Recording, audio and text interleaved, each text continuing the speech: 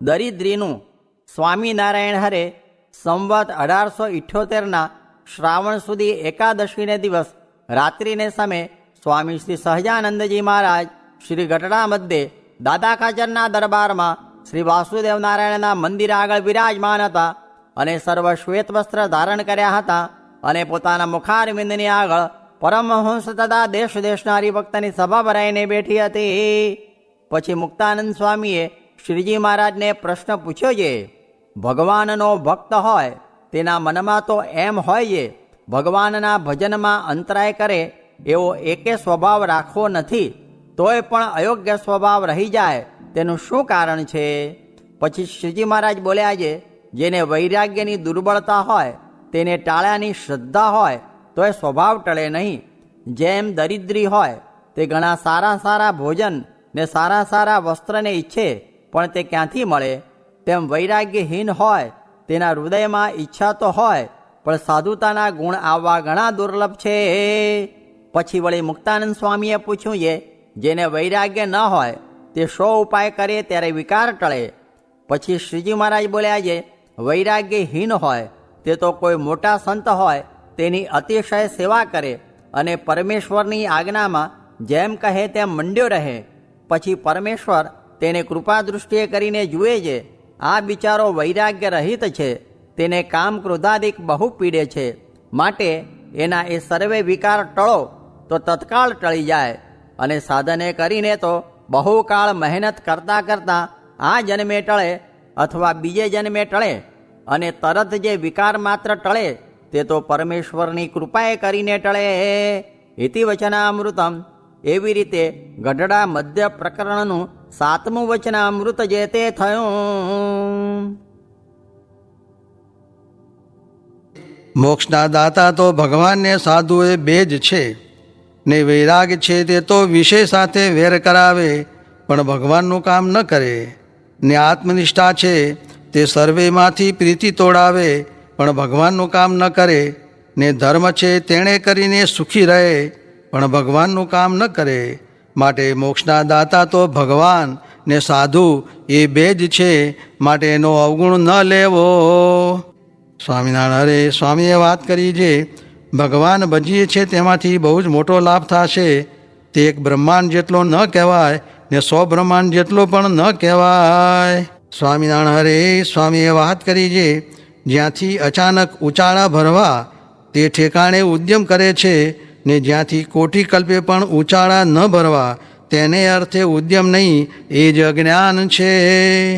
સ્વામિનારાયણ હરે સ્વામીએ વાત કરી છે, મહારાજે અનેક પ્રકરણ ફેરવીને સાધુને વર્તાવ્યા ને અનેક પ્રકરણ ફેરવીને પ્રવર્તાવ્યા તેનો વિચાર કરવો ને તેમાંથી મુમુક્ષુને કેટલું ગ્રહણ કરવાનું છે તે ધ્યાન કરવાના પ્રકરણમાં, ધૂન કરવામાં ને કીર્તનમાં થાકવું નહીં ને મનને ગમતું ન કરવું ને ન ખાવું એ બહુ આકરું કહેવાય.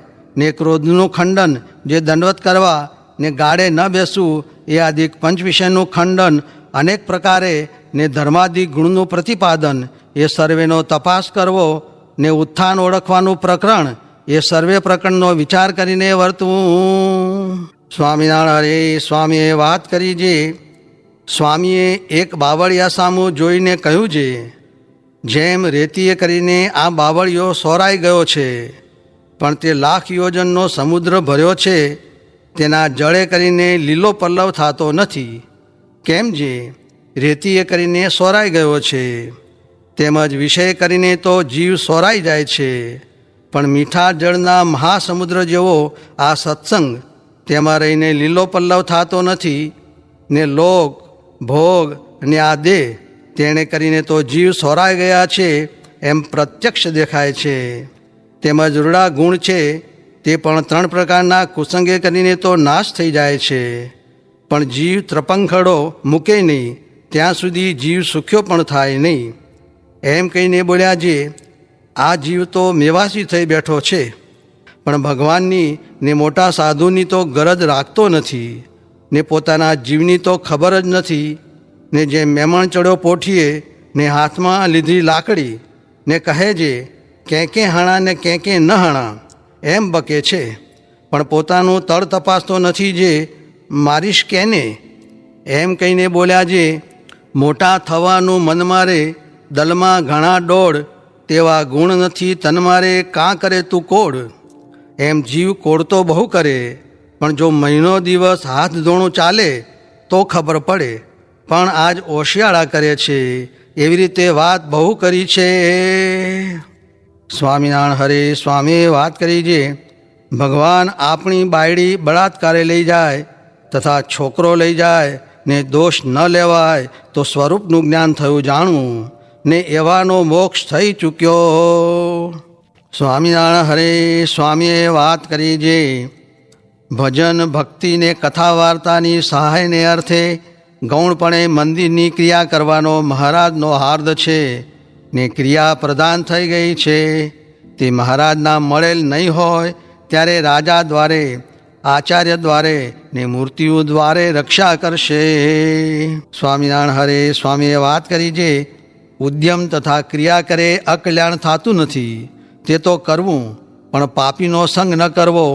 મુવાકું જીવાવે, અસમાન ચડી જાવે, પય અન્નહું ન ખાવે તો બી માયા કે ગુલામ હૈ. સ્વામિનારાયણ હરે સ્વામીએ વાત કરી છે, જો રોટલા મળતા હોય તો આગો પાછો પગ જ ન ભરવો, ને જો ભરે તો દુઃખી થાય, ને રોટલા તો સૂતા રહે તો પણ મહારાજ સોળમાં દઈ જાય, ને નીકર દીધા હોય તે લઈ જાય. માટે દાળ રોટલા ખાઈને ભજન કરી લેવું.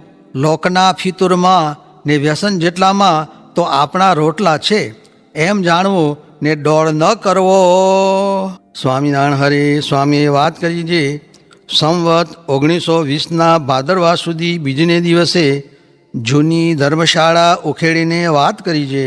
જે ક્રિયા કરવી તેમાં માન, ક્રોધ અને ઈર્ષ્યા એ ત્રણ તો આવવા દેવા જ નહીં, ને ક્રિયામાં તો માણસ જડાઈ જાય છે. તે મોરે એક સાધુ ઉપરથી બેલું નાખતા હતા, તે જાણ્યું જે કોકણા ઉપર પડે છે એમ થાતું હતું. ત્યાં તરત પાધરા બેલા સોતા જાતે પડ્યા. પછી ભગવાને રક્ષા કરી, પણ ક્રિયામાં એમ જડાઈ જવાય છે. માટે મોટું કામ તો ધીરે ધીરે કરવું, ને બીજું તો બધું થાય, પણ આ જે આજ્ઞા ને વર્તમાન જે પાળે તે ઉપર મહારાજની નિરંતર દ્રષ્ટિ રહે છે. તે આજ્ઞા ને નિયમ તે શું છે? 3 ગ્રંથમાં બધું આવી ગયું.